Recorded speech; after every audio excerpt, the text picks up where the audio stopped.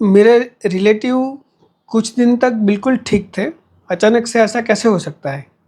या तो ये प्रॉब्लम मुझे कैसे आ सकता है? मैं तो बिल्कुल हेल्दी हूँ। या तो मुझे ब्लीडिंग हो रहा था, लेकिन वो पाइल्स की वजह से होता होगा, वैसा मुझे किसी ने बताया था।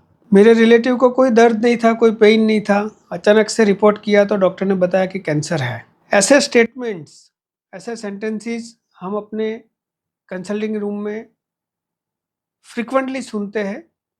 पेशेंट और पेशेंट के रिलेटिव्स ऐसा हमें बार बार बताते हैं कि दर्दी को दर्द नहीं था और कैंसर का निदान हो गया। दर्दी कुछ दिन पहले बिल्कुल अच्छा थे और अचानक से कैंसर का डायग्नोसिस हो गया। हेलो एवरीवन, आज हम बात करेंगे कोलोरेक्टल कैंसर के बारे में।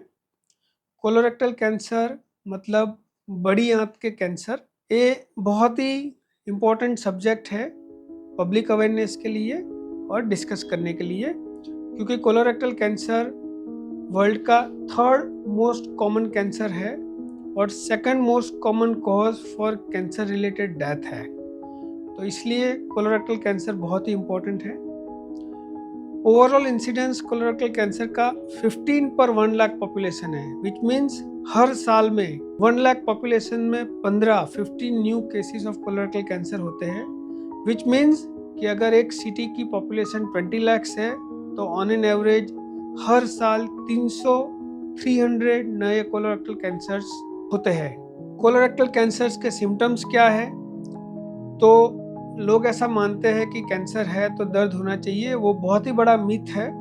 मेजॉरिटी ऑफ कैंसर में अर्ली स्टेज पे पेन, दर्द बिल्कुल नहीं होता है। जब पेन और दर्द होता है तो मोस्ट ऑफ द टाइम वो बहुत ही लेट स्टेज पे डिजीज है। सो कोलोरेक्टल कैंसर में कॉमन सिम्टम्स है अल्टर्ड बाउल हैबिट, जैसे कि डायरिया होना या कॉन्स्टिपेशन होना, स्टूल में ब्लड आना, भूख कम लगनी, वजन लॉस होना, वीकनेस लगना या हीमोग्लोबिन कम होना। अगर पर्सन की उम्र 45-50 से ज़्यादा है, फैमिली में कोई कैंसर की हिस्ट्री है, तो ये सिम्टम्स और सिग्निफिकेंट और इम्पोर्टेंट हो जाते हैं।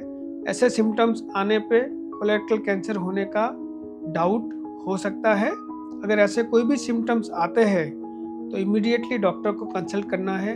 आप गैस्ट्रो सर्जन, गैस्ट्रोएंटरोलॉजिस्ट किसी को भी कंसल्ट कर सकते हैं।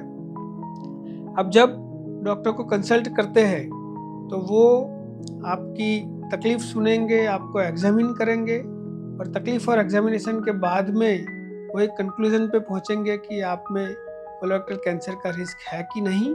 अगर उनको लगता है कि इस कोलोरेक्टल कैंसर होने का रिस्क है तो आपको कुछ टेस्ट एडवाइस करेंगे, जो ब्लड रिपोर्ट्स हो सकता है, स्टूल रिपोर्ट हो सकता है, सोनोग्राफी या सीटी स्कैन हो सकता है, कोलोनोस्कोपी, एंडोस्कोपी हो सकता है। तो आपकी सिम्टम्स और आपके एग्जामिनेशन के फाइंडिंग के बेस पे आपको कोई रिपोर्ट एडवाइस करेंगे।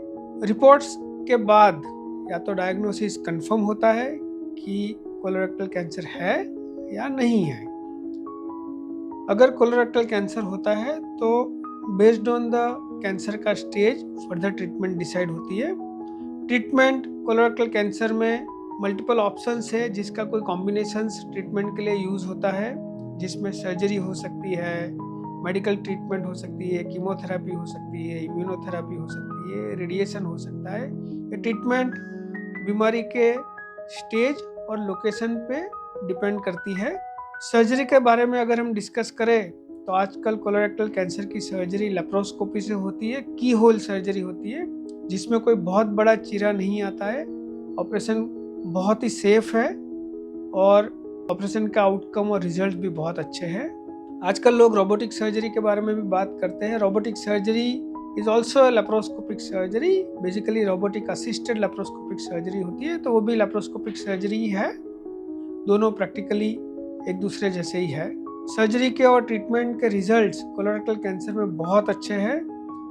अच्छी बात कोलोरेक्टल कैंसर की वो है कि ये ट्यूमर की बायोलॉजी बहुत अच्छी है। बायोलॉजी अच्छी है मतलब वो ट्यूमर ट्रीटमेंट को अच्छे से रिस्पॉन्ड करते हैं और लॉन्ग टर्म आउटकम्स काफ़ी अच्छे होते हैं।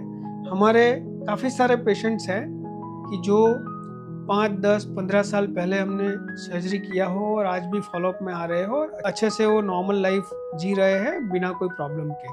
कोलोरेक्टल कैंसर के स्क्रीनिंग के बारे में डिस्कस करना भी बहुत ही इम्पोर्टेंट है। वो इसीलिए इम्पोर्टेंट है कि स्क्रीनिंग एक ऐसा कॉन्सेप्ट है जिसमें आप कैंसर को या तो बहुत ही अर्ली स्टेज में डिटेक्ट करो या तो उसको प्री कैंसर स्टेज में डिटेक्ट करो। स्क्रीनिंग में जब आप कैंसर को अर्ली स्टेज में या प्री कैंसर स्टेज में डिटेक्ट करते हो तो आपकी ट्रीटमेंट काफ़ी इजी हो जाती है, ट्रीटमेंट काफ़ी सिंपल हो जाती है और आउटकम बहुत अच्छा होता है। तो कोलोरेक्टल कैंसर स्क्रीनिंग के लिए क्वालिफाइड है। कोलोरेक्टल कैंसर का screening all over the world advisable recommended है। उसका स्क्रीनिंग शुरू होता है 45 इयर्स की एज पे। तो एट द एज ऑफ 45 सब लोगों को या तो स्टूल टेस्ट करवाना चाहिए या तो सिग्मोइडोस्कोपी करवानी चाहिए या तो कोलोनोस्कोपी करवानी चाहिए। सिग्मोइडोस्कोपी एंड कोलोनोस्कोपी एक टाइप का एंडोस्कोपी रिपोर्ट है। अगर वो नॉर्मल आता है तो आफ्टर कुछ टाइम, अगर कोलोनोस्कोपी की है तो 10 साल के बाद, सिग्मोइडोस्कोपी की है तो 5 साल के बाद उसको रिपीट करना होता है। स्क्रीनिंग कोलोरेक्टल कैंसर के लिए बहुत इंपॉर्टेंट है और अगर स्क्रीनिंग में पिकअप होता है तो उसकी ट्रीटमेंट बहुत ही ईजी हो जाती है, उसके रिजल्ट्स भी काफ़ी अच्छे होते हैं। कोलोरेक्टल कैंसर को प्रिवेंट कैसे किया जा सकता है? तो कोई भी कैंसर को कम्प्लीटली हम प्रिवेंट नहीं कर सकते, बट कोलोरेक्टल कैंसर में कुछ स्टेप्स है जो अगर हम लेते हैं तो कोलोरेक्टल कैंसर होने का रिस्क कम हो जाता है। जैसे कि हेल्दी लाइफस्टाइल अडॉप्ट करना, हेल्दी डाइट अडॉप्ट करना, डाइट में प्रोसेस्ड फूड, प्रिजर्वेटिव वाले फूड या रेड मीट को कम लेना, डाइट में ज़्यादा फाइबर्स होना, फ्रूट्स होना, हेल्दी लाइफस्टाइल में आप रेगुलर कोई एक्टिविटी करो, आप अपना नॉर्मल वेट मेंटेन करो। ये सब करने से कोलोरेक्टल कैंसर को हम प्रिवेंट कर सकते हैं। स्मोकिंग या अल्कोहल अगर ले रहे हैं तो उसको अवॉइड करना, ये सारे मेजर्स हम ले सकते हैं जिससे कोलोरेक्टल कैंसर प्रिवेंट हो सकता है। तो ये था डिस्कशन आज का कोलोरेक्टल कैंसर के बारे में। सिम्टम्स अगर आते हैं तो उसको इग्नोर नहीं करिए और स्क्रीनिंग टेस्ट के लिए जाइए, बहुत इम्पोर्टेंट पॉइंट है ये। और मैं आपको बताना चाहूँगा कि life is very beautiful, be aware, be safe, so that you can have a lot of time to spend with your family. Thank you.